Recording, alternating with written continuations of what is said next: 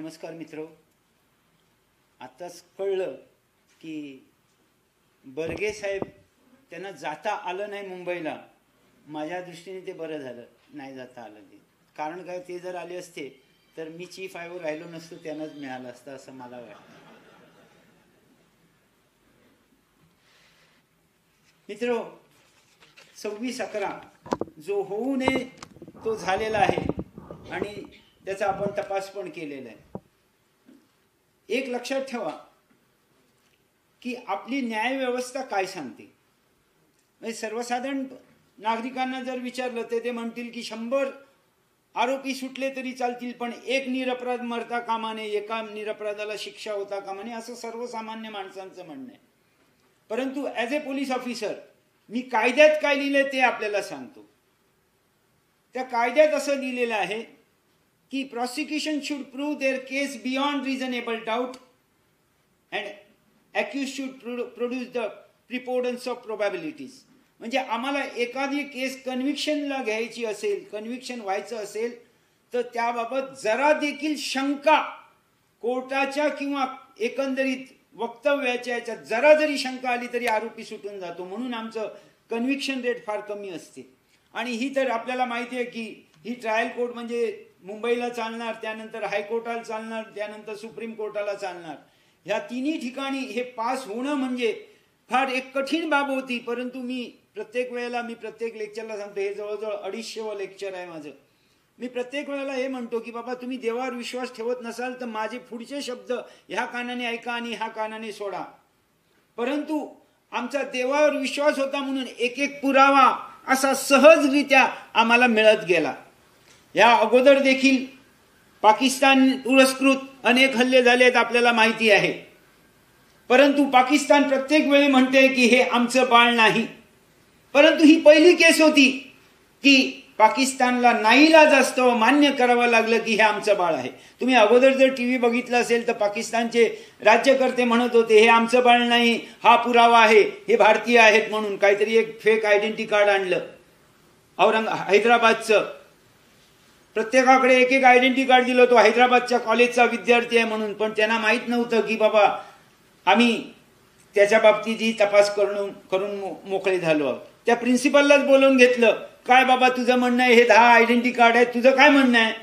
त्यांनी सगळा 10 वर्षाचा रेकॉर्ड आणला. म्हणजे कसाब वयाच्या 12 वर्षी जेव्हा होता, कसाबचं वय होतं 21 वर्ष, तो जेव्हा 12 वर्षाचा होता तेव्हापासूनचा कोर्टाचा रेकॉर्ड आणला, आपल्या कॉलेजचा रेकॉर्ड आणला आणि त्यांनी सांगितलं ह्या नावाचा माणूस आमच्याकडे केव्हा शिक्षणालाच नव्हता. 12 वर्षाचा मुलगा केव्हाही कॉलेजमध्ये जात नाही, तरी पण आम्ही तो पुरावा दिला. मित्रांनो, असा तो बारीक बारीक, म्हणजे त्यांच्या लक्षातच नव्हतं की आपण नाही म्हणतोय पण जगासमोर एक वेळा हा म्हणावं लागेल.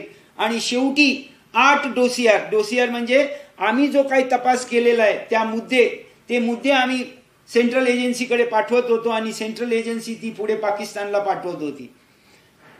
प्रत्येक वेळेला आम्ही एक चूक करत होतो की आमच्याकडे हा पुरावा आहे, तो संपूर्ण पुरावा त्यांना देत होतो. एक वेळ तुम्हाला प्रश्न दिले तर तुम्ही उत्तर व्यवस्थित देऊ शकता, परंतु एखाद्या प्रश्नाचे 5 फोड करून एक प्रश्न आता दिला तर तुम्ही उत्तर देणार, मग दुसरा त्याचाच पोटभाग दिला आणि 4थ्या वेळेला बाकी तुम्ही बरोबर गोत्यात येणार, म्हणजे तुम्हाला पुढे फिरता येणार नाही. ही परिस्थिती पाकिस्तानची झाली आणि म्हणून नाईलाज असतं पाकिस्तानने मान्य केलं हे आमचं बाळ आहे. भरपूर तयारी केली होती. त्या सिद्धिविनायक मंदिरातून असे गंडे दोरे डेव्हिड कोलमन हेडलीने घेतले आणि ते त्यांना दिले की हे घाला म्हणजे हिंदू दिसतील तुम्हाला. लोकांना तुम्ही सगळे मारणार आहात, मग तुम्ही पोलिसांना वाटेल की ही हिंदू आहे.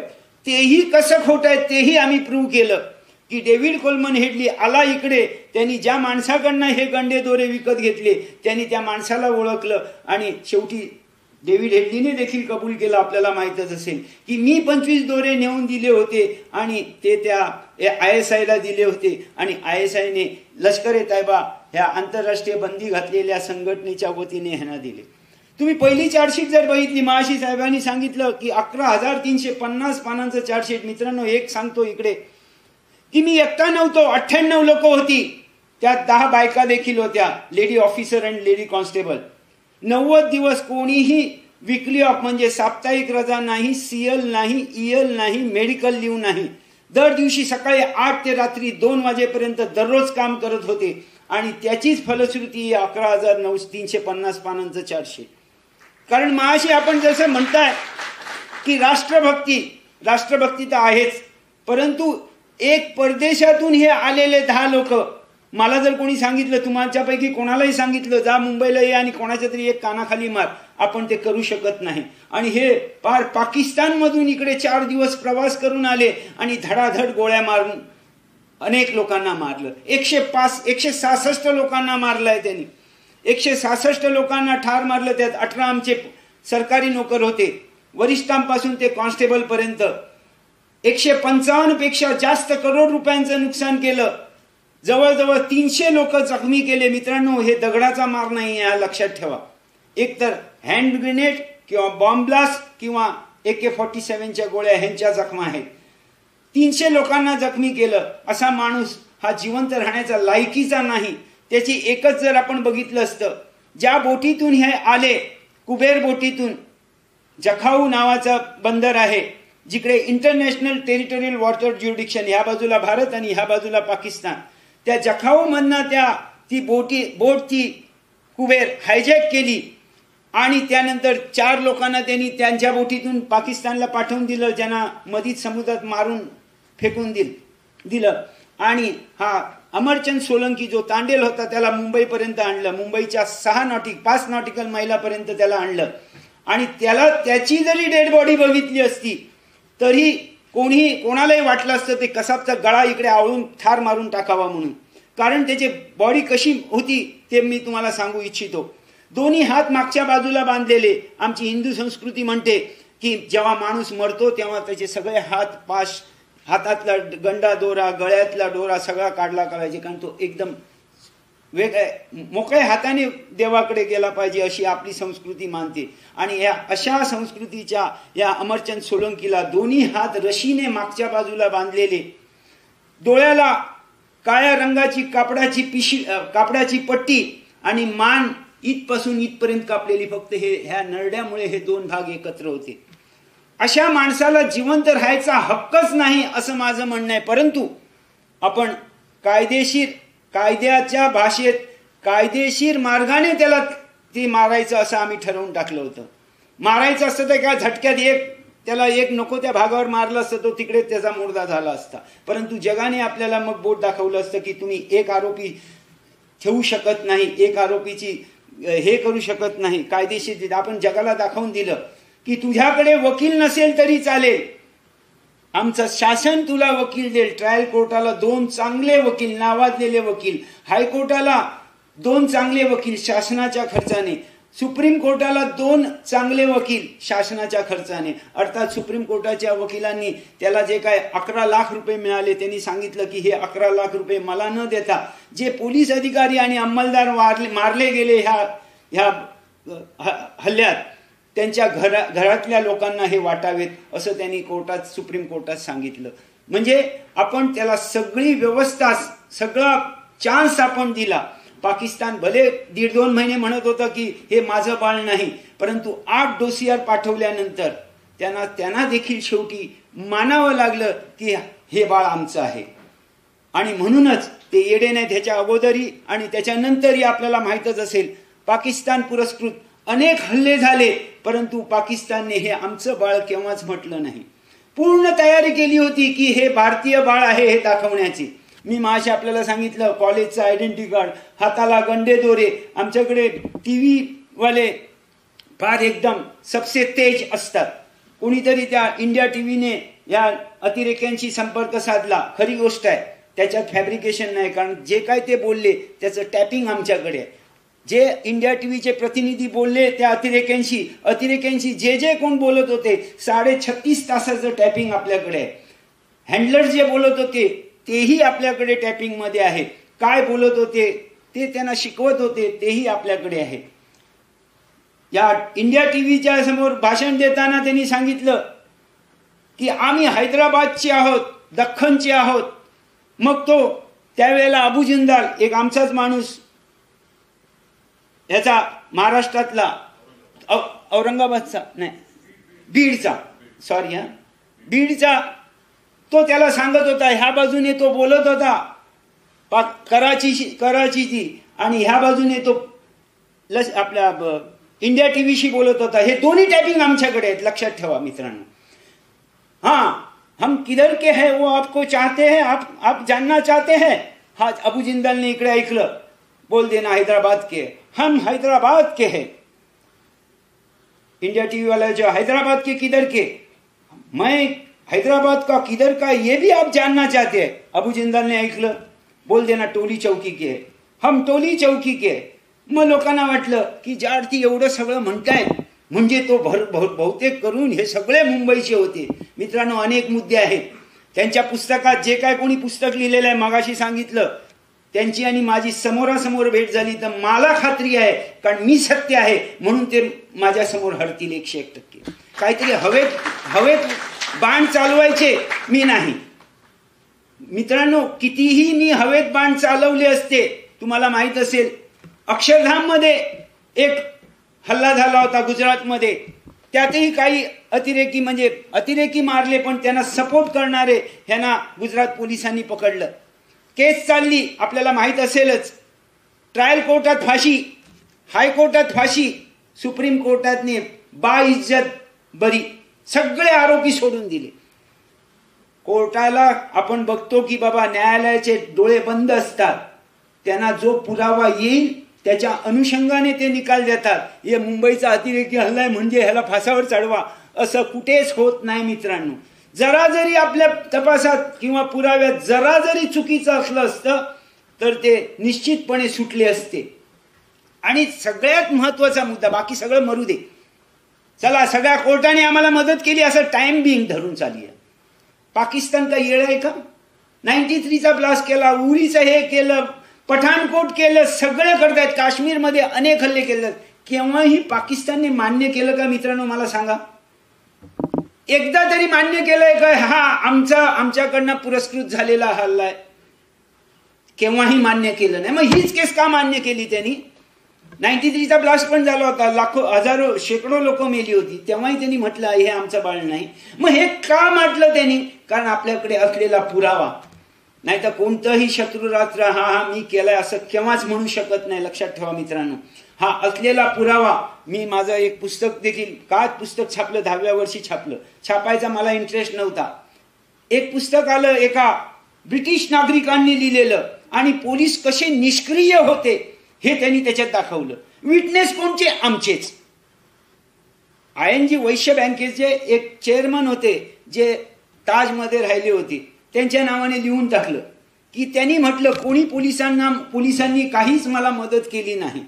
माझ्याकडे त्याचा एव्हिडन्स आहे, माझ्याकडे त्याची स्टेटमेंट आहे. फॉर टाइम बिंग धरून चालली आहे, मी खोटी स्टेटमेंट घेतली, धरून चालली आहे. चला, अजिबात खोटी घेतलेली नाही, लक्षात ठेवा. परंतु असं धरून चालली आहे, मी खोटं लिहिलं. मग मित्रांनो, तो जेव्हा चेअरमन ING वैश्य बँकेचा आला, कोर्टात उभा राहिला आणि त्यांनी साक्ष दिली, जे मला जबाब दिलाय तसंच दिली. कारण तसंच झालंय, डॉक्युमेंटरी एव्हिडन्स आहे की एखादा माणूस, जर तुम्ही स्वतः जर हॉस्पिटलमध्ये गेले तर तिकडे एक कॉलम असतो, ब्रॉड बाय सेल्फ लिहितो तो. ब्रॉड बाय कॉन्स्टेबल असेल तर कोणत्या कॉन्स्टेबलने आणले त्याचा नंबर लिहितो, brought by PC number so and so. चला बाबा, तेही आम्ही मॅनेज केलं असं फॉर टाइमिंग धरून चालली आहे. मग CCTVचं काय करायचं हो? CCTV मध्ये आमचे फायर ब्रिगेडचे अधिकारी त्यांना खाली घेऊन उतरतायत त्या शिडीवरून, ते कुठून फॅब्रिकेट करायचं हो मित्रांनो? आता काही लेखकांचं म्हणणं असं आहे हे सगळं फॅब्रिकेट केलंय. मित्रांनो, माझ्याकडे 36.5 तासाचं टायपिंग आहे, मला जास्त काय नको फॅब्रिकेशन. ह्यांनी मला फक्त 15 मिनिटं त्याच्यात फॅब्रिकेशन करून दाखवा, 15 मिनिटं. बाकी 36.5 तास फॅब्रिकेशनचं सोडूनच द्या, 15 मिनिटाचं फॅब्रिकेशन करून दाखवावं. मी मानलं त्याला, मी हरलो म्हणून समजेन. CCTV फुटेज फॅब्रिकेशन केलं. फॅब्रिकेशन करायचं, कसब फायरिंग करतोय तसंच जर परत आपल्याला करायचं, म्हणजे कसबच्या हातात रायफल दिली पाहिजे पहिली गोष्ट, की आता फायरिंग कर आणि आम्ही शूटिंग करतो, CCTV शूटिंग करेल, आम्हाला काढायचं. आम्हाला ठेवलं असतं का हो त्यांनी? पहिला प्रश्न. दुसरा प्रश्न, आता त्या वेळेला आमचे अधिकारी गोळी खाऊन पडतायत खाली, हे पण सीसीटीव्हीने केलंय. आता ते कुठून फॅब्रिकेशन करू मी? म्हणजे मेलेल्या माणसाला जिवंत करू आणि पुन्हा त्यांना ते दाखवू? ते कसं शक्य होईल? बोलताना काहीतरी विचार करायला पाहिजे की हे फॅब्रिकेशन केलं. ते मला आमच्याकडे जे काही सीसीटीव्ही फुटेज आहे त्यातलं जास्त नको, मला एक 15 मिनिटाचं फॅब्रिकेशन करून दाखवावं त्यांनी, बस. मी माझं सगळं पोलीस खात्याचा जो काय अनुभव आहे तो सोडून देतो आणि मी केव्हा बोलणार पण नाही, कारण हे मला वाटते 256 हे आहे, एव्हिडन्स आहे, लेक्चर आहे. सुप्रीम कोर्टला तुम्ही पुरावा, मी माशी अगोदरच सांगितलं तुम्हाला, prosecution should prove their case beyond reasonable doubt. हे बियॉन्ड रिझनेबल डाऊट हे झालं. आता हे सगळं जाऊ दे, चला. कसाबने 2 कन्फेशन स्टेटमेंट दिले आहेत. काय दिलेत? मी आज नेमकं ह्याच्यावरती पेन ड्राईव्हर आणलं नाही, परंतु मी ह्यांना पाठवीन. 2 कन्फेशन स्टेटमेंट दिले आहेत, एक मेट्रोपॉलिटन मॅजिस्ट्रेटकडे आणि एक ट्रायल कोर्टाकडे. चला, मेट्रोपॉलिटन मॅजिस्ट्रेटकडे रेकॉर्ड करताना कोणी बघितलं नाही, फक्त मॅजिस्ट्रेटचे टायपिस्ट आणि कसाब हे दोघे तिघेच होते, आम्हाला पण एंट्री नसते. हे हे हे फॉर टाइम बिंग, म्हणजे जेवढा खराब, म्हणजे किती खेचता येईल तेवढं घेतलं, हे खोटं आहे, धरून चालू आहे. ह्याचं काय करायचं हो? प्ली ऑफ द अक्यूज. 153 विटनेस कोर्टासमोर झाले. 153वा साक्षीदार बॉक्समध्ये उभा राहिला सकाळी 11 वाजता आणि तो म्हणाला, शपथ घेतली. तेवढ्यात कसाब उठला आणि म्हणाला, साहेब त्या विटनेसला खाली उतरवा, मी माझा गुन्हा कबूल करतो, मला जी काय शिक्षा द्यायची आहे ती द्या. जज साहेबांनी सांगितलं, मी तुझं काही ऐकून घेऊ शकत नाही कायद्यानुसार, तुला जो वकील दिलेला आहे, वकील जे सांगेल ते मी ऐकणार. वकिलाचं आणि त्यांचं आरोपीचं 25 सेकंदाचं बोलणं झालं. वकील म्हणाला, मी काही करू शकत नाही, त्याला गुन्हा कबूल करायचा आहे, त्याला करू दे. हे तर तिकडे जवळजवळ 150 पत्रकार बसले होते, बाकीचे वकीलही होते, पोलीसही होते, सगळ्यांच्या समोरची ही गोष्ट आहे, ती तर फॅब्रिकेशन झाली नाही. आणि तो जर का भारतीय असेल तर तो म्हणणार आहे का मी पाकिस्तानी आहे म्हणून? त्यांनी काय, आणि किती खोटं, काहीतरी एवढी मोठी स्टेटमेंट त्यांनी दिली आहे की कशी मी ट्रेनिंग घेतली, कसा मी हल्ला केला, कसे आम्ही आलो, मला कोण शिकवणारं, ट्रेनिंग देणारा कोण आहे, मी कशी फायरिंग केली, हे तर मी त्याला कोर्टात असताना सांगू शकत नाही. स्वतःहून त्यांनी सांगितलं, ते पण रेकॉर्डला आहे. तुम्हाला एक खोटं बोलायला की बाबा हे असंच आहे आणि ते तसंच आहे, तुम्ही पण पोलीस खात्यातच होता हो, ते तरी विसरू नका. म्हणजे याचा अर्थ तुम्ही खोटं करत होता, ह्याचा अर्थ तो झालाय.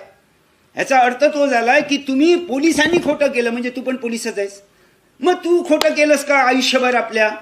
आणि आयुष्यभर खोटं जरी केलं तरी कुठेतरी हे ओपन होईल. ते सगळं जाऊ दे, पाकिस्तान जर कबूल करणारच नाही ना, का पाकिस्तान म्हणणार बरं झालं यांच्यासारखा एक माणूस मिळाला आपल्याला, बरोबर हे पोलिसांनी खोटं केलंय, असं तर ते म्हणत नाहीत.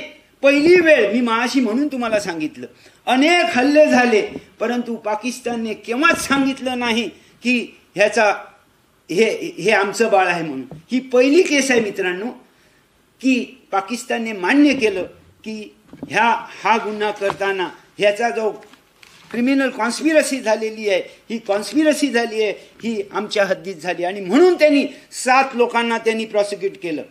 त्यांचे इन कॅमेरा आहे, काही कळत नाही काय चाललंय ते. नशिबाने तेही पेपर बघायला मला मिळाले. आणि 101% हे 7च्या 7 आरोपी काही दिवसानंतर सुटणार आहेत, हे लिहून घ्या तुम्ही. ते पेपर मी वाचलेले आहेत आणि मी जरी जज असो तरी मी त्या 7 आरोपींना कन्व्हिक्ट करू शकत नाही, कारण तो तकलादू पुरावा होता, असं माझं म्हणणं आहे. तो तकलादू पुरावा, त्या तकलादू पुराव्याच्या आधारे हे 7च्या 7 आरोपी सुटतील. परंतु आपल्याला इकडे काय घ्यावं लागेल की अनेक हल्ले करून देखील केव्हाही मान्य केलं नाही, परंतु ही गोष्ट त्यांनी मान्य केली. डोसियर आहेत, ते कॉन्फिडेन्शियल आहेत, जे मी तुम्हाला दाखवू शकत नाही, ते सेंट्रल एजन्सीकडे आहेत. कशी त्यांनी रंग बदलण्याचा, सरड्यासारखा रंग बदलण्याचा कसे काय त्यांनी प्रयत्न केले हे आपल्याला ते वाचलं तर कळेल, पण ते मी आपल्याला देऊ शकत नाही, म्हणून मी आपली क्षमा मागतो. परंतु सरड्याने कितीही वेळा रंग बदलला तरी एक वेळा त्याला मूळ रंगाकडे यावंच लागते आणि शेवटी नाईलाज असतं त्यांनी मान्य केलं की ह्याची क्रिमिनल कॉन्स्पिरसी, ह्याचा जो कट झालेला आहे तो आमच्या हद्दीत झाला. आम्ही पहिल्या चार्जशीटमध्ये एकच म्हणत होतो, कारण कसाब म्हणत होता म्हणून आम्ही म्हणत होतो. कसाबने दिलेला कबुली जबाब 2-2 कोर्टासमोर, त्याच्या अनुषंगाने आम्ही म्हणत होतो की हा जो हल्ला झालाय हा आंतरराष्ट्रीय बंदी घातलेला पाकिस्तान स्थित संघटना लष्कर-ए-तैबाने हा हल्ला केलाय असं माझं म्हणणं होतं. कारण तुम्हाला सांगतो, कारण की prosecution should prove their case beyond reasonable doubt. आम्ही जर म्हटलं असतं ह्याच्यात ISI आहे, ह्याच्यात मिलिटरी आहे, ह्याच्यात नेव्ही आहे पाकिस्तानची, हे जर आम्ही म्हटलं असतं आणि उद्या जर ते सुप्रीम कोर्टात स्ट्रक डाऊन झालं असतं तर मग मुंबई पोलीस जगात नंबर 2 आमच्या ह्या केसकडे जगांचं लक्ष होतं. हे सगळे पेपर्स मित्रांनो जगाकडे आहेत, भारतातील सगळ्या एजन्सीकडे आहेत ते सोडून द्या, परंतु जगातील प्रत्येक इन्व्हेस्टिगेशन एजन्सीकडे हे पेपर्स आहेत. आपण त्यांना पुरवलेले आहेत, आपण त्यांना दिलेले आहेत मागणी केल्यावरून. मग काय झालं असतं की पोलीस प्रूव्ह करू शकले नाहीत, फक्त लष्कर-ए-तैबा विरुद्ध प्रूव्ह करू शकले, ISI किंवा नेव्ही किंवा मिलिटरीबद्दल प्रूव्ह करू शकले नाहीत असं झालं असतं. ह्याचा अर्थ तुम्ही असं समजू नका की आम्हाला माहीत नव्हतं. आम्हाला माहीत होतं, पण तो पुरावा आपल्याकडे, तेवढा ठोस पुरावा आपल्याकडे नव्हता. तुम्ही पहिल्याही चार्जशीटमध्ये जर बघितलं तर त्याच्यातही आहे, ही त्याची आमच्या 5E फॉर्म म्हणजे गुन्ह्याची थोडक्यात हकीकत जवळजवळ 66 पानं आहेत. हे नंतर मी आयोजकांकडे पेनड्राईव्हवर मी पाठवेनच, परंतु ह्या 166 पानात हे आम्ही काही मुद्दे लिहिलेले आहेत ज्याच्यावरनं तुम्ही अनुमान काढूया, प्रिझम्पशनवर जाऊ शकाल की ह्याच्यात मिलिटरी आहे, ISI आहे, हे तुम्ही प्रिझम्पशनवर जाऊ शकता. पण प्रिझम्पशनवरती कन्व्हिक्शन मिळणे तेवढं सोपं नाही, केवळ अशक्य आहे. म्हणून आमचं लक्ष बारीकतेने होतं की कसाब म्हणतो की आम्हाला ट्रेनिंगच्या दरम्यान असा एक मोठा बोर्ड होता आणि त्याच्यावरती आम्हाला CCTVचे काही फुटेज दाखवले. मला काय दाखवलं की बधवारकडे उतरल्यानंतर CST कडे कसं जायचं तो रस्ता बिस्ता दाखवला आणि CST कडे असलेली गर्दी देखील दाखवली. मग हे दिलं कोणी? हा आमच्यासमोर पडलेला प्रश्न आहे, परंतु पुरावा आपल्याकडे नाही. म्हणून आपण वाट बघतो, कारण त्याच्यात एक मुद्दा असा होता, ह्याच्यात तोही मुद्दा आपल्याला दिसेल. कसा म्हणतो ट्रेनिंग के दरम्यान एक आदमी आया, उसको जे आमचे मोठे हँडलर्स होते लष्कर आपला जकीउर रहमान लखवी आणि काफा, हे दोघे त्याला गळा भेट केली आणि आम्हाला जे ट्रेनिंग देणारे होते उसने मिलिटरी जैसा सॅल्यूट किया. मित्रांनो लक्षात ठेवा, कसाब हा एक हुशार, अत्यंत हुशार आणि चाणाक्ष मुलगा होता. मिलिटरी जैसा सॅल्यूट केला. प्रत्येक खात्याला म्हणजे पोलिसांचा सॅल्यूट वेगळा असतो, नेव्हीचा सॅल्यूट वेगळा असतो, एअरफोर्सचा सॅल्यूट प्रत्येकाचे वेगवेगळे असतात. आपल्याला वाटते की बाबा सेम आहे, परंतु सेम नसतो. मिलिटरीचा सॅल्यूट वेगळा. हा मिलिटरीचा सॅल्यूट का बोलला? हा आमच्यासमोर आहे, ते ह्याच्यात आहे. आणि मग त्याला ह्यांनी सांगितलं काफाने, ये जो ट्रेनिंग देने वाले है ये सब इनके आदमी है. म्हणजे याचा अर्थ काय झाला? सरळ अर्थ काढता येतो की मिलिटरीचा ह्याच्यात सहभाग आहे. परंतु आम्ही मिलिटरीवरती पहिल्या चार्जशीटमध्ये आम्ही अजिबात म्हटलं नाही, परंतु मुद्दे त्याच्यात लिहिले आहेत की असं झालं होतं, असं झालं होतं, असं झालं होतं.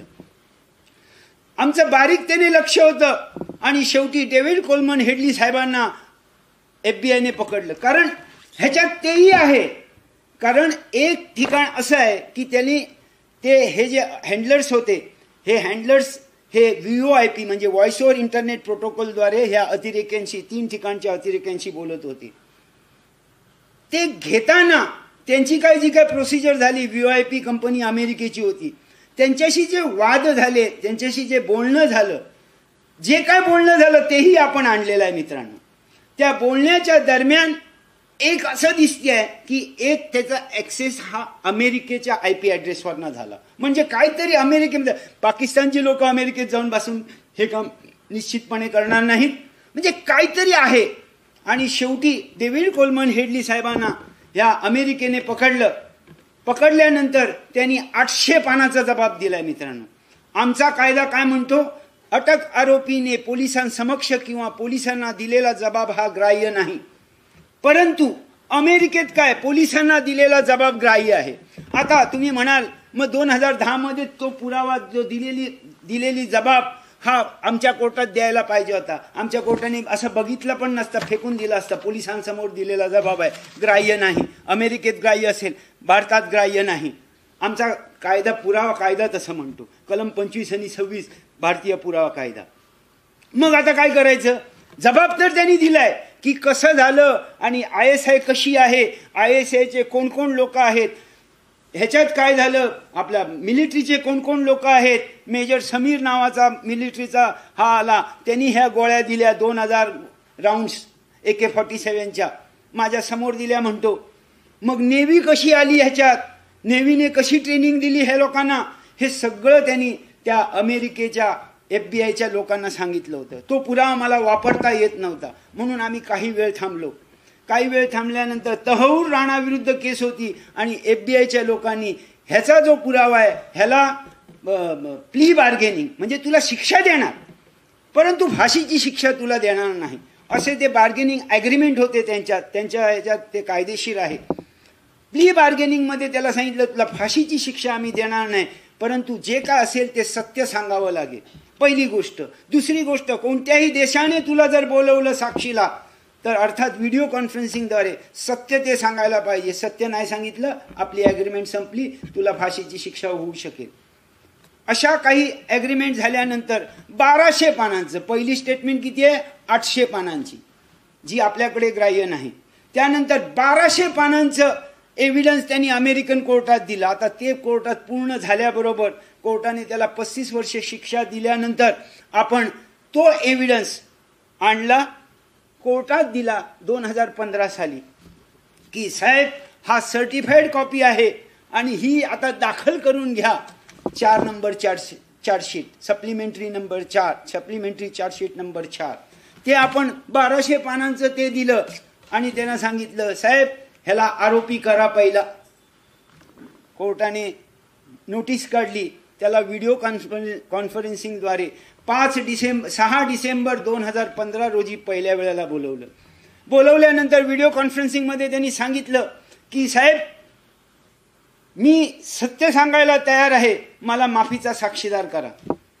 आता पुन्हा ह्या पत्रकारांना त्याला माफीचा साक्षीदार का केला, त्याला आरोपी केला पाहिजे होता. हो, आरोपी केला असता तरी तो तुमच्या ताब्यात आला नसता. त्याचं वय त्यावेळेला होतं 58 वर्ष आणि त्याला ऑलरेडी 35 वर्ष हे झालं, शिक्षा झाली. म्हणजे तो जेव्हा सुटेल तेव्हा 83 वर्षाचा असेल. त्यावेळेला त्याला इकडे आणता येणार नाही, कारण तो जेलमध्ये 101% मरणार आहे. 101%, 85 वर्ष तो जेलमध्ये राहून 3 वेळा 3 कन्व्हिक्शन अगोदर खाल्लेला माणूस, डबल एजंट म्हणतात त्याला. ते किती सत्य आहे मला सांगता येणार नाही, परंतु डबल एजंट असा म्हणणारा त्याला तो 85 वर्षानंतर जिवंत राहू शकत नाही. मग सत्य काय आहे ते तरी जाणून घेऊया म्हणून त्याला आम्ही साक्षीदार केला, माफीचा साक्षीदार. आम्ही त्याला माफीचा साक्षीदार केला. आमच्याकडे त्यांनी 141 पानांचा एव्हिडन्स दिला मित्रांनो. बाकीचं काय असेल ते आपण घेतलं नाही, आपला काय संबंध नव्हता. जो आपल्या केसशी, डेन्मार्कच्या केसबद्दलही तो बोलला, आपल्या डेन्मार्कच्या केसचा संबंधच नव्हता, आपल्याला फक्त 26/11चा संबंध होता. आणि त्यांनी जे जे काय सांगितलं ते सगळं कोर्टाने नोंदवून घेतलं आणि त्याची उलट तपासणी देखील झाली. उलट तपासणीमध्ये देखील फारसं काही काढता आलं नाही मित्रांनो. आता पाकिस्तान जर एवढं सिरियस असेल की आम्ही एकदम सिरियस आहोत आणि असं दहशतवादी कृत्यांना आमचा सपोर्ट नाही, त्याला आम्हाला शिक्षा द्यायची आहे, मग घ्या ना डेव्हिड हेडलीला. नाही, तो डेव्हिड हेडली काहीतरीच बडबडतोय, त्याला काय सत्य नाही. ओ मित्रांनो, त्यांनी जे 141 पानं साक्ष दिली, आमची 700 पानं, तो जे काय बोलतोय त्याला पूरक पुरावा आमच्याकडे. त्यांनी जे काय ISIशी संपर्क साधले, जे काय मेलवरती त्यांनी संपर्क साधले, तो पुरावा. तो म्हणतो मी 8 वेळा भारतात आलो. 8 वेळा आला, तो काय हवेत आला नाही, हवेतूनच आला, परंतु उतरावं त्याला एअरपोर्टला लागलं. एअरपोर्टला बर्गे साहेबांनी पण काम केलंय. साहेब एंट्री होते, किती तारखेला आला, कुठच्या विमानाने आला, काय पासपोर्ट, सगळं होते. तुम्ही पण केव्हा आला असाल परदेशात, तुमची पण तिकडे पासपोर्टची एंट्री होती. तो जे काय बोललाय त्या प्रत्येकाला पुरावा आमच्याकडे आहे. मग आम्ही पाकिस्तानला द्यायला तयार आहोत, घ्या साक्षीदार म्हणून. मी 8 वेळा गेलो होतो भारतात. 8 वेळा कुठे राहिला, रस्त्यावर राहत नव्हता तो. 1 वेळा राहिला ऑबेरायमध्ये, 1 वेळा राहिला ताजमध्ये, 1 वेळा राहिला रूम घेतली 11 महिन्याच्या ह्याच्यावरती ॲग्रीमेंटवरती, लिव्ह अँड लायसन ॲग्रीमेंटवर, तोही पुरावा. त्यांनी जे जे सांगितलेलं आहे त्या प्रत्येकाचा पुरावा आम्ही दिलेला आहे. मग काय आमच्या दुसऱ्या लेखकांचं म्हणणं, असाच कोणतरी आणून तयार केलेला हा साक्षीदार आहे. तयार नाही मित्रांनो, त्याच्याबरोबरचा पुरावा देखील बघा. जो काही बोललेला आहे त्याच्या प्रत्येक गोष्टीबद्दल आपण पुरावा दिलेला आहे. आता कसाब हा पाकिस्तानी नाहीच, मग काय पाकिस्तानी येडा आहे का? त्या शाळेत, कोणत्या शाळेत तो शिकला त्याचा पुरावा द्यायला? ह्या शाळेत तो 4थी पर्यंत शिकला. आमचं म्हणणं आहे ह्या शाळेत तो 4थी पर्यंत शिकला, त्याचा पुरावा त्यांच्याकडे आहे, पाकिस्तानकडे आहे की हा 4थी. मग तेही काय फॅब्रिकेशन केलं का पाकिस्तानने? फॅब्रिकेशन आम्ही करत नाही, त्यांनी केलेलं नाही, परंतु तुम्ही करताय फॅब्रिकेशन, फक्त तुमची पुस्तकं विकली जावीत म्हणून. लक्षात ठेवा मित्रांनो, असं माझा स्पष्ट आरोप आहे. माझ्या समोर आणावं. पाकिस्तान कसाबचा आणि इस्माईलचा संबंधच नाही, मग टॉकमध्ये कसं आलं? ते कसं ते त्याचं उत्तर द्या ना मला. त्यांचा काही संबंध नसेल तर टॉकमध्ये समजा मी ह्यांना वाचवा म्हणेन, माझे आणि त्यांचे संबंध असतील तरच मी त्यांना मागणी करेन की बाबा ह्याला सोडा, तर मी हे 5 माणसं सोडतो. नाही तर माझा जर ह्यांचा संबंध नसेल तर ह्याला सोडा म्हणून मी सांगू कशाला? पाकिस्तानचे हँडलर्स कशाला सांगतील ह्यांना, नरिमन औचे यांना, की आपल्या इस्माईलला किंवा ह्याला आपल्या कसाबला पकडलेला आहे पोलिसांनी, एक मारला गेला, एक पकडलेला आहे. आता तुम्ही 5 माणसं सोडायच्या ह्याच्यासाठी जो कोणी पकडला असेल त्याला हजर करायला सांगा तुमच्याकडे. हे कशाला सांगतील? मित्रांनो, खोटं बोलायचं, तुमची पोळी भाजून घ्यायला तुम्ही खोटं बोलायचं तर आमच्या समोर याल, हे पेपर असतील ते बघा आणि नंतर बोला हे खोटं आहे म्हणून. फक्त आपली तुंबडी भरायला खोटं बोलू नका. आणि शेवटी मगाशी मी बघितलं इकडे अनेक म्हणतायत राष्ट्रभक्ती राष्ट्रभक्ती. राष्ट्रभक्ती तुमच्यातही असायला पाहिजे होती, नाही आहे. मग एक दिवस समोरासमोर बसूया आणि आपण बोलूया. जर तुला वाटत असेल की पोलिसांनी खोटा पुरावा जमा केला, ठीक आहे, फॉर टाइम बिंग तेही मी मान्य करतो, सगळ्या गोष्टी यांच्या मान्य करतो. मग का रे बाबा तू कसाबच्या वतीने कोर्टात आला नाही साक्ष म्हणून द्यायला? कारण लक्षात घ्या, डिफेन्स विटनेसेस हा एक प्रकार असतो आणि हे IPS अधिकारी आहेत, त्यांना माहिती आहे.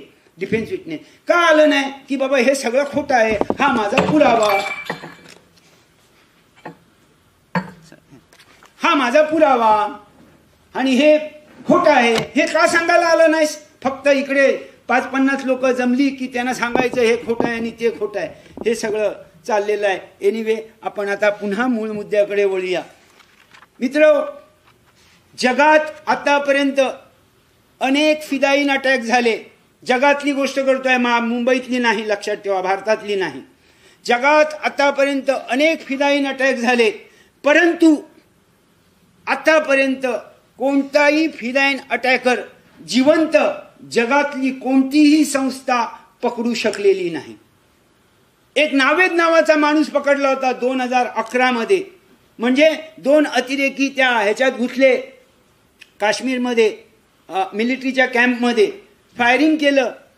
ह्या लोकांनी पण फायरिंग केलं, आपल्या मिलिटरीच्या लोकांनी पण फायरिंग केलं. त्यात एक जागेवर मारला गेला.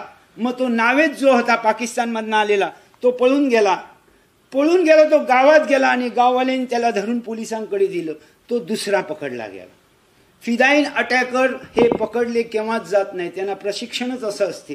कशाही परिस्थितीत जिवंत पकडलं जायचं नाही. पूर्वी आपण ऐकलं असेल त्यावेळेला सायनाइड त्यांना द्यायचे, सायनाइडची गोळी खायची आणि मरून जायचं. पण इकडे सायनाइड न वापरता त्यांना AK-47 ही लोकांना मारायला दिली होती आणि दुसरी एक पिस्टल त्यांना दिलं होतं की जर तुम्ही लॉक झालात, जास्तीत जास्त लोकांना मारायचा प्रयत्न मारा, आणि जर तुम्ही लॉक झालात तर बाकी तुम्हाला स्वतः गोळी मारून घ्यायची आहे.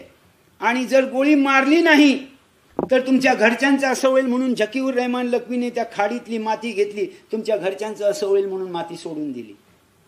मित्रांनो, ते झालेलं पण आहे. मी तुम्हाला सांगतो, पाकिस्तानच्या जिओ टीव्हीने 8 दिवसानंतर 26/11च्या 8 दिवसानंतर दाखवायला सुरुवात केली की मुंबईमध्ये जो अतिरेकी कसा पकडलेला आहे, हे त्याचे वडील, ही त्याची आई, हे त्याचं घर, हे त्या वडिलांचा ठेला आणि हे त्याचे शेजारी. आणि मग शेजारी बापाला विचारलं तुला काय सांगायचं आहे का? तो बोला नाही नाही मेरे को कुछ बोलने का नाही, म्हटलं नाही, आतमध्ये पळाला. आईला विचारलं तुला, अजूनही क्लिप आहे साहेब, मित्रांनो सांगतो, तुम्ही जर यूट्यूबवर गेलात आणि काय सांगितलं आता ते कुठचं चॅनल जिओ टीव्ही, जिओ टीव्हीचं तुम्ही जर क्लिप मारली तुम्हाला अजूनही दिसेल ते. आई म्हणते मला सांगायचं नाही, बाप म्हणतो मला सांगायचं नाही. मग शेजाऱ्यांनी सांगितलं काय, जो मुंबईत पकडला गेलेला आहे तो ह्याचाच मुलगा आहे, तो इकडेच राहत होता, 6 महिन्यापूर्वी आला होता आणि मी एक मोठ्या कामगिरीसाठी जाणार आहे म्हणून सांगत होता आम्हाला. हे सांगणारे आणि हे म्हणतात की पाकिस्तानचा आणि त्याचा काही संबंध नाही, हिंदुत्ववादी कसाब हा हिंदुत्ववादी आहे. मग ते कशाला म्हणतील, जिओ टीव्ही वाले कशाला म्हणतील हे आमचं बाळ आहे म्हणून. मित्रांनो पुढे जाऊन सांगतो. त्यानंतर 4 मे 2010 रोजी सगळी सुनावणी संपली आणि कोर्टाने सांगितलं कसाब तू दोषी आहेस, आता तुला काय शिक्षा द्यायची आहे. त्याला आमच्या भाषेत म्हणजे कायद्याच्या भाषेत क्वांटम ऑफ सेंटेन्स म्हणतात. काय शिक्षा द्यायची हे तुझे वकील आणि प्रॉसिक्युशन म्हणजे उज्ज्वल निकम साहेब हे दोघेही वाद घालतील आणि त्यानंतर आपण ठरवू तुला काय शिक्षा द्यायची आहे. म्हणून 4 मे 2010 शिक्षा दिली की तू दोषी आहेस. पुन्हा ह्या जिओ टीव्ही वाल्यांनी दाखवलं एक कसाब का घर, घराला आहे लॉक, कसाबच्या ठेलाचा पत्ता नाही, आई बापाचा पत्ता नाही. शेजाऱ्यांची स्टेटमेंट, शेजारी म्हणतात की लास्ट टाइम आपने जब भी दिखाया था 2008 में वो रात को ये फॅमिली किधर गई किसको मालूम नाही. म्हणजे जे कसाब सांगत होता की साहेब जे काय गुन्हा केलाय मला शिक्षा द्या, माझ्या आई वडिलांच्या पर्यंत जायला नाही पाहिजे. कारण झकीउर रहमान लखवीने तिकडची माती उचलली. कशाही परिस्थितीत जिवंत सापडू नका, जिवंत सापडलात तर तुमच्या घरच्यांचं माती होईल म्हणून हे माझ्या घरची माती करणार आणि तेच झालंय मित्रांनो. जिओ टीव्ही खोटा आहे असं फॉर टाइम बिंग धरून चालली आहे. चला यांच्या पहिला सगळं आहे ना, कारण काय मरणाऱ्या माणसाला आपल्या कायद्यात आहे, मरणाऱ्या माणसाला तुझी आणि काय इच्छा आहे सांग, अजून काय इच्छा आहे सांग, ते आपण सगळ्या इच्छा यांच्या पुरवल्या. हेही खोटं आहे. जिओ टीव्ही देखील खोटं आहे, पाकिस्तानचा आहे भारताचा नाही आहे, एक लक्षात ठेवा. तेही खोटं आहे धरून चालली आहे. आत्ता एक 3 महिन्यापूर्वी एक पाकिस्तानची मोठी सोशल वर्कर बाई आहे, तिने अनेक शाळा ती चालवते. म्हणजे लोकांकडे हे घेऊन डोनेशन घेऊन ती अनेक शाळा अनाथालय ती चालवते. तिचे इंटरव्ह्यू पाकिस्तानने छापले, आम्ही नाही, लक्षात ठेवा, आमचा काही संबंध नाही. त्या तिच्या इंटरव्ह्यूमध्ये यूट्यूबमध्ये आली, अजूनही दिसेल तुम्हाला.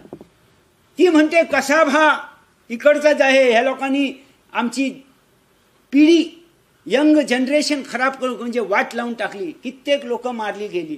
आता लोक गेलीच, त्यांचे घरचे पण जायला लागले आहेत. कसाबचं काय झालं म्हणे, कसाबने मुंबईला सांगितलं, भारतात सांगितलं, असं भारताचं म्हणणं आहे की बाबा जिवंत सापडलात तर तुमच्या घरच्यांची माती होईल, हे त्यांनी सांगितलं. आणि म्हणे ज्या दिवशी दाखवलं जिओ टीव्हीने त्याच दिवशी यांची फॅमिली गायब झाली.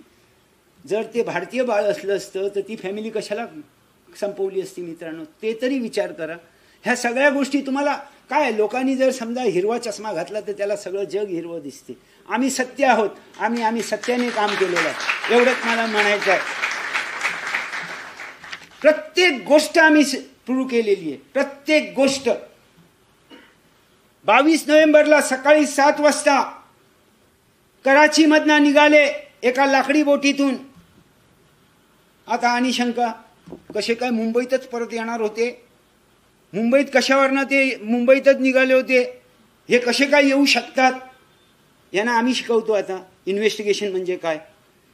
आता GPS आलाय, तो GPS पण आम्ही मिळवलाय. GPS आलाय, त्या GPSचा कसा चालतो हे यांना माहित नाही, मोठे आमचे अधिकारी, पण त्यांचा GPSची डाटा कसा काढायचा हे यांना माहित नाही. आम्हाला अमेरिकेने डाटा काढून दिला. लक्षात ठेवा मित्रांनो, जर तो GPS असेल, तुम्ही हे पूर्ण जग आहे हे आपल्याला पण माहिती आहे, अक्षांश रेखांशावर आहे, हे आपण सगळे मान्य कराल.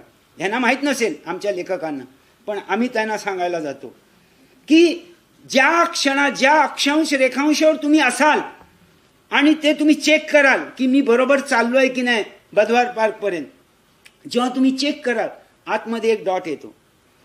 तो डॉट फक्त एक्सपर्टच काढू शकतात. 50 डॉट आहेत, 50. किती? 50 डॉट. ते डॉट म्हणजे त्या GPS बघत बघत बघत येत होते. ते ज्या क्षणाला बघत होते त्या अक्षांश रेखांश त्याच्यावर नोंद होत होती. आम्ही तो GPS अमेरिकेत पाठवला. अमेरिकेने एक व्यवस्थित जगाच्या नकाशावरती टिंब टिंब टिंब काढून दिले. ह्याचा अक्षांश रेखांश म्हणजे हा ह्याचा अक्षांश. मित्रांनो, तो पुरावा म्हणून आम्ही तिन्ही कोर्टात सादर केलेला आहे. त्यात काय दिसते आपल्याला की कराची पासून ते बदवार पार्कच्या 5 नॉटिकल मैलावर जिकडे आपल्याला बोट मिळाली कुबेर तिथपर्यंत दाखवते. ते डॉट्स अजूनही त्या GPS मध्ये आहे. ह्यांना जर शंका असेल त्यांनी कोर्टाची परमिशन घ्यावी आणि त्यांच्या एक्सपर्टला दाखवावं. मग ते आपल्याला पाकिस्तानने कबूल केलं आहे. हे आश्चर्य वाटते मला की हा जो पुरावा आहे अमेरिकेने आम्हाला काढून दिलं, हा पुरावा पाकिस्तानने मान्य केला की बरोबर आहे. हे आमच्या कराची पासून ते बदवार 5 किलोमीटर पर्यंत नॉटिकल मैलापर्यंत आले आणि ह्यांना मान्य नाही. आमच्या लेखक मित्रांना, आमच्या माजी वरिष्ठांना ते मान्य नाही. पाकिस्तान मान्य करते पण ह्यांना मान्य होत नाही. आश्चर्य आहे. एनिवे 3 दिवस 22 नोव्हेंबर पासून त्यांचा प्रवास चालू झाला. सकाळी 7 वाजल्यापासून GPS वर बघत बघत, त्यांनाही माहित नव्हतं कुठे आहे भारत, बघत बघत बघत येत आहेत. मधी मधी कराचीच्या कंट्रोल रूमशी ते बोलत होते. आता हे असंच जर एवढंच सांगितलं ना, मी एवढंच सांगेन जेव्हा क्रॉस करायचे असेल ना, कारण मी तसा जरी पोलीस खात्यात असलो तरी माझं मगाशीच सांगितलं LLB माझं पूर्ण झालंय आणि डिफेन्स कसा करायचं हे मला चांगलं माहिती आहे. म्हणून तर पाकिस्तानला फसवलं. त्याला अर्धे अर्धे प्रश्न देऊन उत्तरं घेतली, नंतर मोठे प्रश्न टाकल्यानंतर हतबल. आणि ही गोष्ट मीच नाही सांगत. ज्या वेळेला आमचे राष्ट्राध्यक्ष पाकिस्तानचे त्यांनी त्यावेळेला सांगितलं महालेला पाकिस्तानला पाठवा म्हणजे तो आम्हाला पुरावा देईल. म्हणजे महालेची होतं आणि आम्ही घाबरत नाही. खरं केव्हा ना केव्हा मारायचं आहे लक्षात ठेवा. आताही येताना ट्रेनमध्ये एकटाच आलो, बघितलं असेल आयोजकांनी. आम्ही कुठेही एकटेच जातो. मारायचं असेल, माझं मरण जर लिहून ठेवलं असेल ह्या तारखेला ह्या वाजता या ठिकाणी, तिकडे मी बरोबर मरणार आहे. माझं मरण जर पाकिस्तानमध्ये लिहिलं असेल तर मी जायला तयार होतो टू बी फ्रँक. पण आमच्या शासनाला वाटलं अजिबात पाठवणार नाही. त्यांनी सांगितलं होतं महालेला आमच्याकडे पाठवा. आहे क्लिप आहे, सगळ्या क्लिप आमच्याकडे व्यवस्थित जपून ठेवलेले आहेत. तर मित्रांनो सुरुवात झाली. आता जर ह्यांना मी विचारलं की बाबा ते फोनवर बोलत आहे, काय पुरावा आहे तुमच्याकडे? फोन नाही, ते काय सांगणार? मोबाईल फोन समुद्रात भर समुद्रात चालत नाही हे काय महालेला माहित नाही. मी तरी एवढा वेडा नाहीये, मला माहिती आहे मोबाईल फोन चालत नाही म्हणून. त्यांच्याकडे सॅटेलाइट फोन होता, तो आम्ही जप्त केलाय. नशिबाने आम्हाला तो मिळाला, तेही तुम्हाला एक थोड्या वेळाने सांगतो. मोबाईल त्या सॅटेलाइट फोन मिळाला ज्या ठिकाणावरनं त्यांनी घेतला होता दुबईवरून, त्या कंपनीचा मोबाईल सॅटेलाइट फोन. विचारलं बाबा ह्यांनी किती कॉल केले ते सांगा. त्यांनी आम्हाला 50 कॉल केल्याची लिस्टच पाठवली आहे. ह्या सेटवरून कोणाला फोन केला? VVIPचा. VVIP फोन कुठे होता? कराचीच्या कंट्रोल रूममध्ये. तेही आम्ही साबित करून ठेवलंय. तर मग ह्यांनी तिकडे 50 फोन केले येता येता. हे कसाब तर सांगतोय, कसाब सांगतोय चला फॉर टाइम बिंग धरून चालिया. कसाब बोललाच नाही, धरून चालिया ह्याच्यासाठी मनाच्या समाधानासाठी. मग हे कॉल त्यांनी कसाब म्हणतोय की बाबा हे बोलला आणि हे त्याचं प्रिंट आउट. म्हणजे कसा आपला कायदा काय म्हणतो? Retracted confession can be use again the accuse provided the corroborative piece of evidence has to be produce by the prosecution. आज कबुली जबाब दिला, उद्या जर रिट्रॅक्ट केला तर तो जबाब ग्राह्य होत नाही, हे आपला कायदा म्हणतो. मग तो ग्राह्य होण्यासाठी त्यांनी जे काय सांगितलेलं आहे हे सगळे मुद्दे, त्या प्रत्येकाविरुद्ध प्रत्येक मुद्द्याला आम्ही कोराबोरेटिव्ह पीस ऑफ एव्हिडन्स दिलाय, प्रत्येक मुद्द्याला. मग अशी मी आपल्याला सांगितलं की बाबा त्यांनी सांगितलं तुमचं माती करू तुमच्या घरच्यांचं. तेच वाक्य तुम्ही जर ऑबेरायचं टॉक वाचाल, ऑबेराय विथ हँडलर्स, त्याच्यातही तेच आहे की कसाब किंवा इस्माईलला पकडला गेलेला आहे. मुंबई पोलिसांनी पकडलेला आहे. त्याचे आता हाल होतील. तो ना जिवंत राहू शकत ना मरू शकत.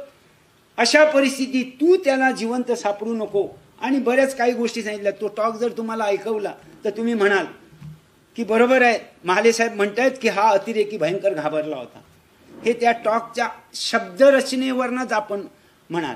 आता काय झालं की मी नेमकं ते आणलेलं नाही, नाहीतर हे म्हणतात ना कसाबचा आणि संबंध नाही, ते टॉक आता तुम्हाला एक 5 मिनिटाचं होतं, ते टॉक ऐकून दाखवलं असतं तुमच्या मनाची खात्री झाली असती. मी असं म्हणत नाही की तुम्ही माझी बाजू घ्या, माझ्याकडे असलेला पुरावा बघा.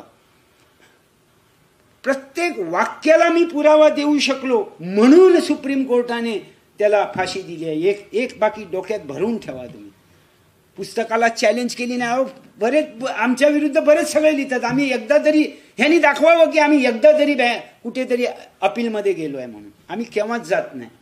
कारण थोडक्यात की तो पडलेला गू त्याच्यावर दगड मारून आम्हाला घाण उडवून घ्यायची नाही. आम्हाला टू बी फ्रँक सांगतो, हे सत्य आहे मित्रांनो. का तळमळीने बोलतोय की मागील 3 वर्ष त्याला फाशी दिली.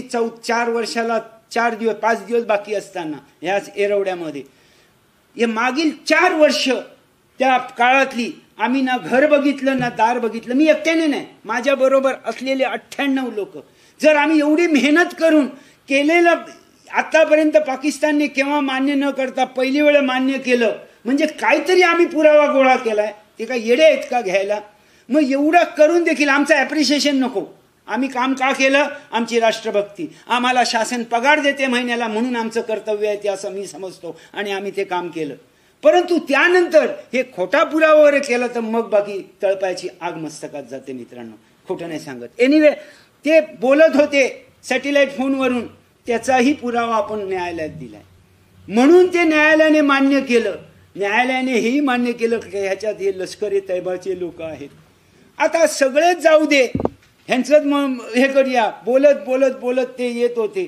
5 नॉटिकल मैलावर आल्यानंतर कंट्रोल रूमला फोन केला की आम्ही मुंबईच्या जवळ आलेलो आहोत, आगे के लिए आदेश. कंट्रोल रूम कराचीने सांगितलं तुम्हाला अगोदर ज्या सूचना दिल्या त्या सूचनेप्रमाणे काम करा. ह्यांनी पुढचा प्रश्न विचारला की ते 4 लोक तुम्ही घेऊन गेले त्याचं काय केलं? त्यांनी सांगितलं 4 बकरे, ह्यांना बकरे वाटतात, 4 बकरे हमने खा डाले, तुम्हारा बकरा खा जालो. आणि तसंच बिचारा त्या अमरचंद सोलंकीला बकऱ्यासारखं मारलं. बकरा मारताना कदाचित तुम्ही बघितलं असेल, मी मटण खात नाही पण तू बघितलेलं निश्चित आहे. 4 पाय बांधतात आणि मान त्याची कशी कापतात तशी त्याला बिचाऱ्याला कापलं होतं. 4 बकरे खा गए हम, तुम्हारा बकरा खा जाओ. त्याप्रमाणे ह्यांनी बकरे खाले. आले उतरले 8 जण, ह्यांचं एकच म्हणणं. त्या साक्षीदाराने ॲड बघितली. त्यानंतर 2 ते बोट तिकडे कुठे इकडे बघितले ना, या आपल्या कुठचा माशी म्हटलं कुठे उतरले ते बधवार पार्ककडे उतरले. 8 बघितले. मग ती बोट त्या ऑबेरायच्या समोर कशी गेली हो, त्याचं उत्तर दे ना मला. 2 लोक ती बोट तिकडे घेऊन गेले. तेही आपल्याकडे पुराव्यानिशी हे आहे, पुरावा आहे की 2 लोक तिकडे गेली. इकडे 8 लोक उतरले. तिकडे एका कोळी माणसाशी झालेलं भांडण, ते 2 कोळी त्यांचाही जबाब घेतलेला आहे, त्यांनीही कोर्टात साक्ष दिली आहे. आता उधर बहुत गर्दी रहता है. हो, पण त्या दिवशी गर्दी का नव्हती हे बघ. ते का मी सांगू? नाही, पाहिजे तर मी सांगतो. त्या दिवशी इंडिया आणि इंग्लंडची मॅच होती, 1 डेची. बघा काढून, आहे की नाही 26 नोव्हेंबरला. त्या दिवशी मॅच होती म्हणून तिकडे कोण नव्हतं. आजही जा, मॅच असेल तर त्या दिवशी त्या बधवार पार्ककडे कोणच नसतो. एरवी जा, 50 लोक विड्या उडत आणि तंबाखू मळत खात बसलेले असतात. 50 लोक कमीत कमी. परंतु ह्या डेव्हिड हेडलीने जी काय 10 वेळा, तो 8 वेळा इकडे आला, त्यांनी हे सगळं बघितलं होतं. त्यांनी मान्य केलंय. तो येडा आहे का मान्य करायला? त्यांनी मान्य केलंय. मी 8 वेळा आलो, मी जागा बघितल्या, अनेक आपला गेटवे ऑफ इंडिया बघितलं, प्रभादेवीचा किनारा बघितला, आपला बधवार पार्कचा बघितला आणि शेवटी मी सिलेक्ट केलं की बधवार पार्ककडे हे करायचं. आणि मित्रांनो, अशा प्रकारे जो मिळेल त्याला मारत होते. 166 लोकांना मारलं. मिळेल तो दिसला की मारला, दिसला की मारला. एक नशीब, एक महिला आणि 2 पुरुष. आरसा हॉटेलचे मालक, अंधेरीला आरसा हॉटेल म्हणून आहे, त्यांचा एक मित्र त्या ऑबेरायमध्ये अडकला होता म्हणून त्याला ते बघायला गेले. त्याला आपण घेऊन येऊया म्हणून कार घेऊन गेले. नेमकं त्या विधान भवनकडे ही गाडी आली, कारण त्यांची गाडी जी हे घेऊन गेली होती गाडी, ती त्याचं टायर संपलं होतं, टायरचे तुकडे तुकडे झाले होते. व्हीलवर चालली होती गाडी म्हणून त्यांनी समोरून येणाऱ्या स्कोडा गाडीला एक राऊंड फायर केला. ह्यांना वाटलं पोलिसांची गाडी आहे, मदत पाहिजे म्हणून गाडी उभी केली. तेवढ्यात हे दोघेही उतरले आणि त्या गाडीत त्याला धमकावून त्याला सोडलं. त्यांनाच फक्त सोडलं, नाही तर जो दिसेल त्याला मारत होते. एक तर जेवायला बिचारा बसला होता ताटावरती, गेला तिकडे आणि मारली गोळी त्या झोपड्यात. तो जेवणाचं ताट तसंच आहे आणि समोर त्याचा 1.5 वर्षाचा लहान मुलगा तो तिकडे आहे, त्याला नाही मारलं. का नाही मारलं राम जाणे, पण त्या दिसेल त्याला मारत होते. असे हे नराधम. तिकडनं गाडी घेतली, आले पुढे. तोपर्यंत मुंबईत सगळ्या ठिकाणी नाकाबंदी लागली चालू होती आणि हे आपल्या विधान भवनकडनं स्कोडा रॉबरी करून हे आले. कुठे जायचं होतं? हँगिंग गार्डन, म्हणजे जिकडे आमचे सगळे राष्ट्रपती राज्यपाल, हायकोर्टाचे जजेस वगैरे तिकडे राहतात, त्या तिकडे त्यांना जायचं होतं. आले कुठे? गिरगाव चौपाटी, त्याला विनोली जंक्शन म्हणतात, तिकडे आले. तोपर्यंत संपूर्ण मुंबईत नाकाबंदी लागलीच होती. प्रत्येक गाडी 4 लेअरमध्ये चेक करत होते. झिगझॅग, म्हणजे तुम्हाला अशी गाडी घेऊनच जाता येणार नाही. सगळे आपल्या बॅरिकेड्स लावून त्याला जायचं असेल असं असं असं असं 4 वेळा जावं लागेल, त्यावेळेला तो निघून जाऊ शकेल. व्यवस्थित बंदोबस्त होता. गाडी आली, वायरलेस तोपर्यंत झाला होता, कारण त्या गाडीत पोलीस गाडीत असलेला एकमेव जिवंत अरुण दादा जाधव, त्यांनी ताबडतोब वायरलेसवर सांगितलं की बाबा गाडी चालली आहे म्हणून पुढे सूचना दिल्या. आणि शेवटी पोलीस तिकडे गेल्यानंतर त्या गाडीचा मालक पण तिकडेच होता. माशी सांगितलं 2 पुरुष 1 बाई. तिने सांगितलं आमच्या गाडीचा नंबर हा आहे, रंग आहे आणि स्कोडा गाडी आहे. ताबडतोब वायरलेस मेसेज फ्लॅश झाला. आली गाडी विनोली जंक्शन म्हणजे गिरगाव चौपाटीकडे. आल्याबरोबर पहिल्या थरातील अधिकाऱ्यांनी त्यांना सूचना द्यायला सुरुवात केली. काय सूचना? की गाडीचा हेडलाईट बंद करा आणि आतमधली लाईट चालू करा. इस्माईल गाडी चालवत होता, बाजूला कसाब बसलाच होता. ह्यांच्या लक्षात आलं की आपल्याला असं करून जाता येणार नाही, झालं तर फायरिंग होणार नाही, आपण मारणार. म्हणून ह्यांनी आतमधलं दिसू नये म्हणून डिपर मारला. डिपर मारल्यानंतर डोळ्याला काय दिसत नाही समोर. जोरजोरात ओरडत होते की डिपर बंद कर आणि आतमधली लाईट चालू कर. इस्माईल काय डिपर बंद करायला तयार नाही. तेवढ्यात त्यांनी पाण्याचे फवारे चालू केले आणि वायपर चालू केला, आतमधले दिसू नये म्हणून. शेवटी त्या लक्षात आलं की मी आता इकडनं जाऊ शकत नाही, कारण 14 लोक त्या वेळेला तिकडे होती. 14, 4 अधिकारी आणि 10 कॉन्स्टेबल. जाता येणार नाही म्हणून इस्माईलने गाडी वळवायचा प्रयत्न केला आणि गाडी जाऊन त्या ह्याला आदळली, डिवायडरला. मोठमोठे डिवायडर आहेत. इस्माईलच्या लक्षात आलं मशीन जाम झाली आहे, आता गाडी अजिबात हलवू शकत नाही.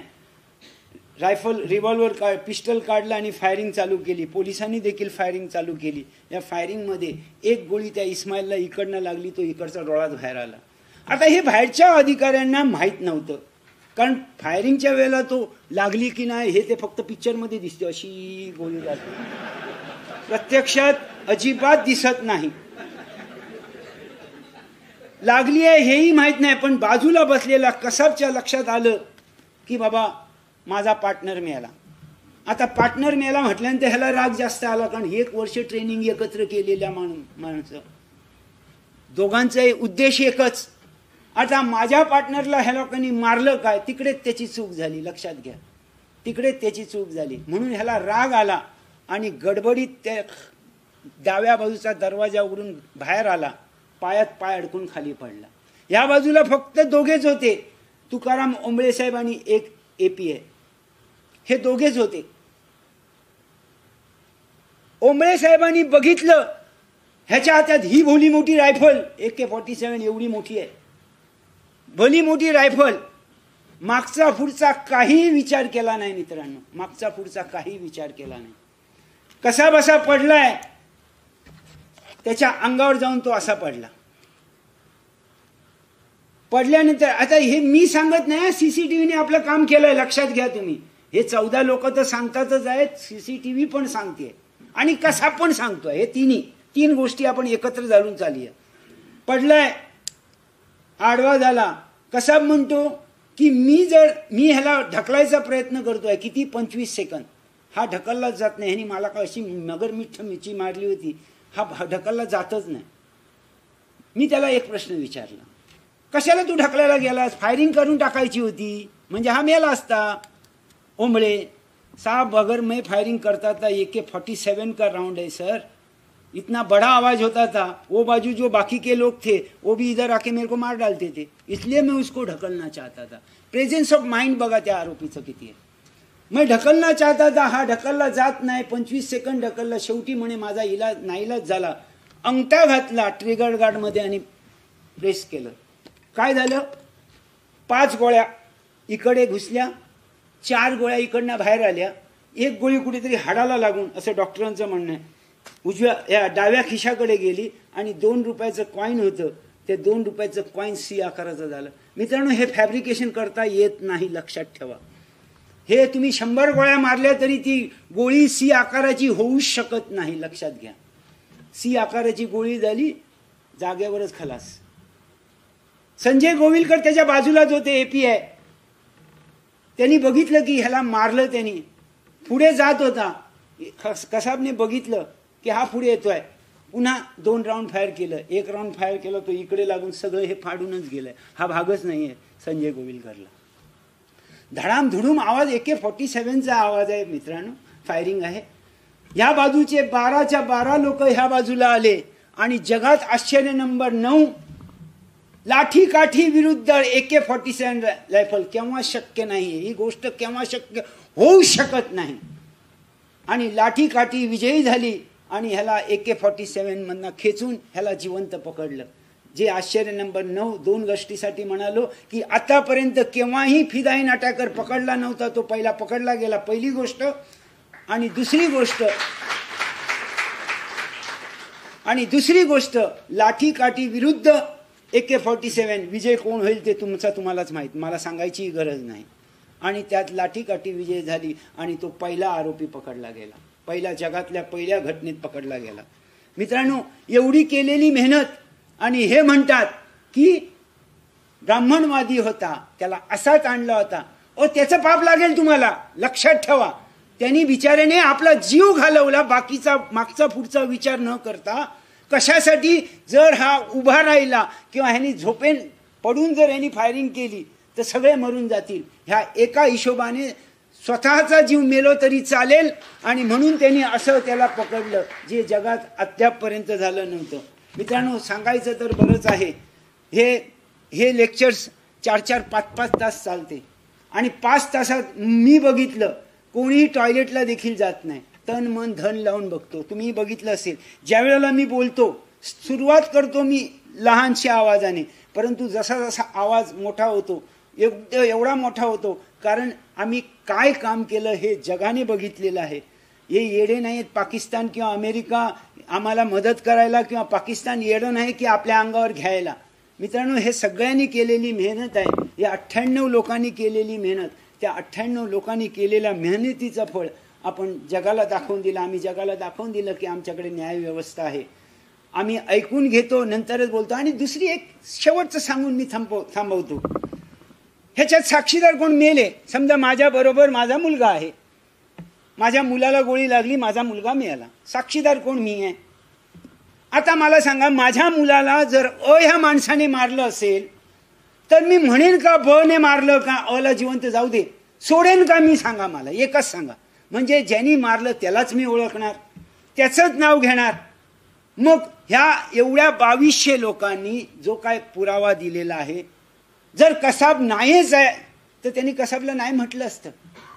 शेवटी कोणीही माझ्या जवळच्या माणसाला जर मारलं असेल तर ह्यानी मारलेलं असून देखील मी ह्यानी मारलेलं हे कदापि म्हणणार नाही, तुम्ही पण म्हणणार नाही, लक्षात ठेवा.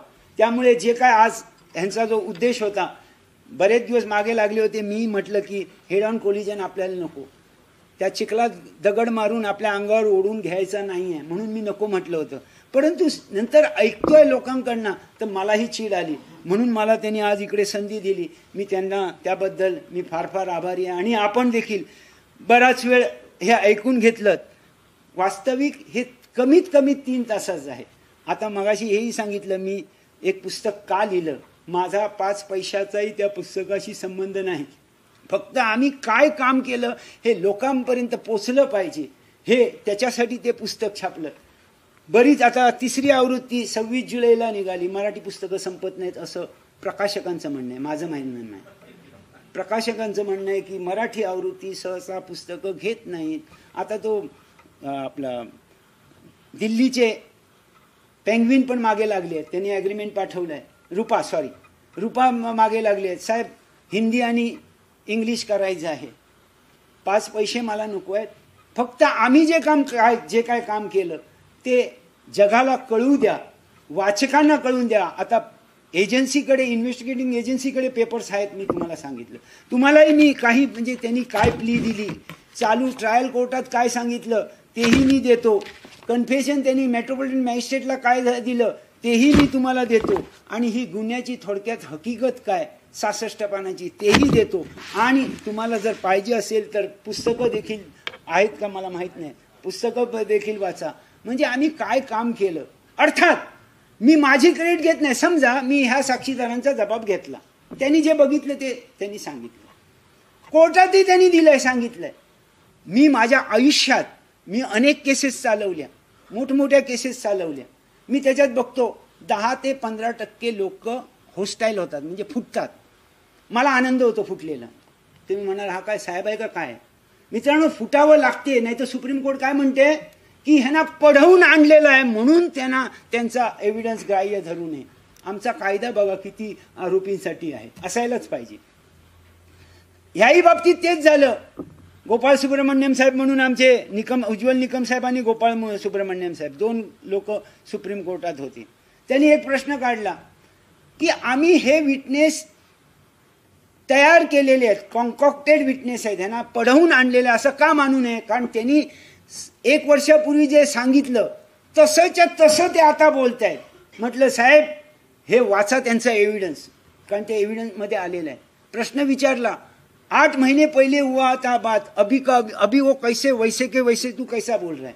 साक्षीदारांनी एक साक्षीदारांनी सांगितलेलं वाक्य बघा. साहेब माझ्या आयुष्यात मी पहिल्या वेळेला AK-47ची रायफलची फायरिंग होताना बघितलं, म्हणून मी केव्हा विसरत नाही. कोण म्हणतो हँड ग्रेनेड ऐकून होतो, पण तो फुटतो आणि पडल्यानंतर तो फुटतो आणि लोक कशी उडतात हे मी फक्त पिक्चरमध्ये बघितलं होतं, त्या दिवशी मी बघितलं. कोण म्हणतो की माझ्या जवळचा मित्र, माझा नातेवाईक, माझा मुलगा, माझे वडील, माझी आई, माझी बहीण माझ्या समोर मेलं, मी विसरू कसं. कोण म्हणतो की आताही मी झोपेत असतो आणि मला स्वप्नात हे सगळं चित्र दिसते आणि मी खडबडून जागा होतो, मी विसरू कसं. मित्रांनो 25% त्यात मॉमेडियन लोक आहेत, ज्यांनी जे बघितलं ते त्यांनी सांगितलंय. मित्रांनो हे सगळं सत्य आणि फक्त सत्यच आहे. माझी तर कोणालाही चॅलेंज आहे हे असत्य हे दाखवायचं, आणि असत्य दाखवलं तर मी आजच जाहीर करतो मी स्वतःला जाळून घेईन, कारण मी हे असत्य काही केलेलंच नाही आहे. मित्रांनो आज आपण एवढं ऐकलं त्याबद्दल मी आपला फार फार धन्यवाद. आणि रागाच्या भरात राग काय येतो की आम्ही एवढं मेहनत 98 लोकांनी 3 महिने रजा नाही, विकली ऑफ नाही, CL नाही, EL नाही, सकाळी 8ला यायचं, रात्री 2 पर्यंत करायचं, आणि मग काहीतरी हा तपासच बरोबर नाही झाला, मग यायचं होतं तपास करायला, का नाही आलास बाबा, कोणी अडवलं असं. मित्रांनो खरं सांगतो तुम्हाला, अनेक आता पंच आम्हाला एक आता साहेबांना माहिती आहे पंचनामा आम्हाला नका घेऊ म्हणतात, पण इकडे नाही मला घ्या, जे काय दिसते ते मी सांगणार. लोक पहिली घाबरली होती की आपल्याला कुठेतरी दाऊदची माणसं मारतील, आपण साक्ष दिली तर वगैरे वगैरे. परंतु त्यानंतर 658 साक्षीदार तपासले, 658 मध्ये एकही साक्षीदार फुटला नाही. मला जरा शंका आली होती कदाचित सुप्रीम कोर्ट म्हणेल एकही साक्षीदार फुटला नाही म्हणजे ह्यांना पढवून आणलेलं आहे. परंतु त्यांचा एव्हिडन्स गोपाळ सुब्रमण्यम साहेबांनी, ठाकरे साहेब निकम साहेबांनी दाखवून दिलं. त्या विटनेसने काय सांगितलंय पुढे जाऊन बघा. आणि ते बघितल्यानंतर सुप्रीम कोर्टाने देखील सांगितलं सॉरी, आम्ही आमचे शब्द मागे घेतो. हे ट्युटर्ड विटनेस नाहीत, ह्यांना पढवून आणलेलं नाही, they are the natural witness. मग मुसलमान लोक कशाला बोलतील हो, पुढे जाऊन दे, चला हिंदू बोलतील, धरून चालिया सगळ्या गोष्टी मी धरून चालतोय. मुसलमान लोक कशाला बोलतील. एक विटनेस तर असा आहे, त्यांनी जे लिंक लावायची होती तो घरी जाऊन झोपला होता, दुसऱ्या दिवशी त्यांनी पेपरमध्ये वाचलं की लिओपोल्ड हॉटेलला फायरिंग, ह्याला आपल्या भायखळ्याला BIT चाळीकडे बॉम्बस्फोट, 2 बायका. तो घरी झोपला होता, तो प्रत्यक्ष साक्षीदार आहे. तो उचलून आला आणि पोलीस स्टेशनला गेला की साहेब असं असं झालं होतं. आता हे म्हणतील चालवला कोणतरी विटनेस लावला तर मग 8 डेड बॉड्या ठेवल्या होत्या. त्याच्यात ही डेड बॉडी कशी काय ओळखली की हा लिओपोल्डला होता म्हणून? मित्रांनो, खोटं करताना खोटं करायचं तेवढं सोपं नाही आहे, लक्षात ठेवा. हे सगळं नॅचरल विटनेस आहे, नॅचरल एव्हिडन्स आहे आणि पहिली वेळ आम्हाला मिळाला म्हणून पाकिस्तानने मान्य केलं, एवढंच मी म्हणतो. धन्यवाद सर, मला आज तुम्ही इकडे बोलवून मला ही संधी दिलीत आणि आपले पण धन्यवाद की आपण एक शांत चित्ताने पिनड्रॉप सायलेन्स म्हणतात काय तो आज मला दिसला. पिनड्रॉप सायलेन्समध्ये आपण ऐकलं, त्याबद्दल आपलाही मी आहे. मला काहीतरी ह्यांनी सांगितलं होतं, काही प्रश्न त्यांनी घेतलेले आहेत, त्या प्रश्नाची उत्तरं त्यांना पाहिजे. निश्चितपणे मी तयार आहे. कोणताही प्रश्न, मला त्यांनी प्रश्न दिलेले नाहीत, त्यांनी मला कोणताही प्रश्न विचारावं, मी त्याचं उत्तर फक्त हवेत देणार नाही, डॉक्युमेंटरी पुराव्या सकट मी उत्तर देईन. मित्रांनो लक्षात ठेवा. जय हिंद, जय महाराष्ट्र.